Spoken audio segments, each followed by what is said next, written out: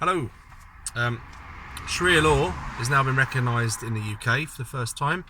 The story's been doing the rounds. I'm sure you've heard it as well as I have. I wasn't going to do anything on it, and then I thought of a way to bring myself into the conversation. And so, just for those that don't know about it, last week a ruling was made by the Honourable Mr. Justice Williams that a Muslim lady called Nazarene Akhtar, would have her nikah ceremony. That's what it's called in the Islamic tradition, which obviously is not up to now not been recognised as a legal marriage in the UK.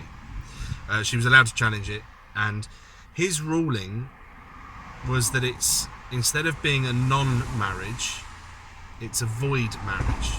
So that's the first time that's been done. And so apparently, not that I understand the legal speak, apparently that is the first example of where a Sharia marriage, Sharia law in any way, has been officially recognised as valid by common law. He said on there, this is not to set a precedent, it's a case by case, but I think that it's opened the door, opened the can, and let's see the worms come out. Let's see how many new examples there are of this. And obviously this makes me then worry about what other practices are potentially could be recognised. And this is fear mongering, I'm sure, but how long before FGM is permissible, is recognised as, it's a cultural practice, but it's recognised it's okay for those people to have someone come along with a knife and remove their daughter's labia and clitoris? It's horrible. Or child marriage, something like that. Now, I know some people are going to say, what about Jewish circumcision? I'm also against that, by the way. I believe that they could change their custom there, and that a young Jewish boy, upon becoming an adult, is allowed to make the decision to have himself circumcised. And that could be in a religious ceremony, or it could be under the surgeon's knife with some nice anaesthetic to stop the pain. But don't compare too much between circumcision and FGM. I mean, circumcision is a valid procedure for health reasons as well for some people, but I would only want it done if it was for health reasons. Okay, I'm as clear as I can possibly be on that one. Okay, I'm not going to get into a Jewish debate here. I'm just saying I disagree with purposes of it. And even I remember watching what's his name, Jim Jeffries, comedian that I really like, even though he's proper lefty. He spoke openly on one of his comedy shows recently, and he's had his son circumcised. He lives in America, and I know a lot of Americans have this done. Any Americans watching this, you might want to chip in. He said he had it, the reason why he's had his done is because he wants, when his son's older, for women to want to be able to touch his willy, because he thinks that a natural uncircumcised penis is ugly. Let's not get into a debate on that, please. But that's his reasons, and I disagree with that. I think no, just be natural, and if your health is at risk, then of course you can have surgery on a child if the health is at risk, but only for health reasons. Anyway, enough about that. I really didn't mean to go on about that for as long as I did. So I was thinking this when I was hearing this story, going back to this new ruling, that why the hell don't the lawyers that are acting on behalf of these Muslim women that want to have, that want to split from their partner, their husband, but also want to claim some maintenance and something to the house, why don't they just use common law? Because surely, if you're a common law wife, common law husband, you've got virtually the same rights. I was wrong.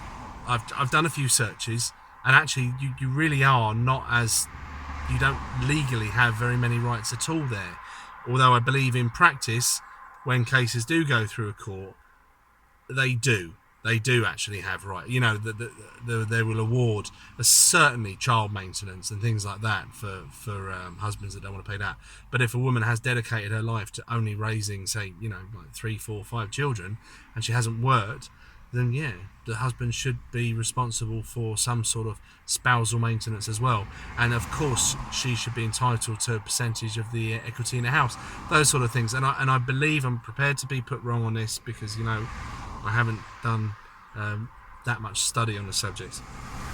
I believe that they do get their way quite often. Anyway, so the common law isn't necessarily the rule. The problem we have in that community is they have the Sharia councils, and they say they're only there as guidance, stuff like that. But once persuaded to go to a Sharia council, it's very rare that a law court, official law court, will overrule their decisions because of Sharia compliance, because of fear of, you know, they just don't, hot potato, don't want it, go away. You know, whatever they say, it's fine by us.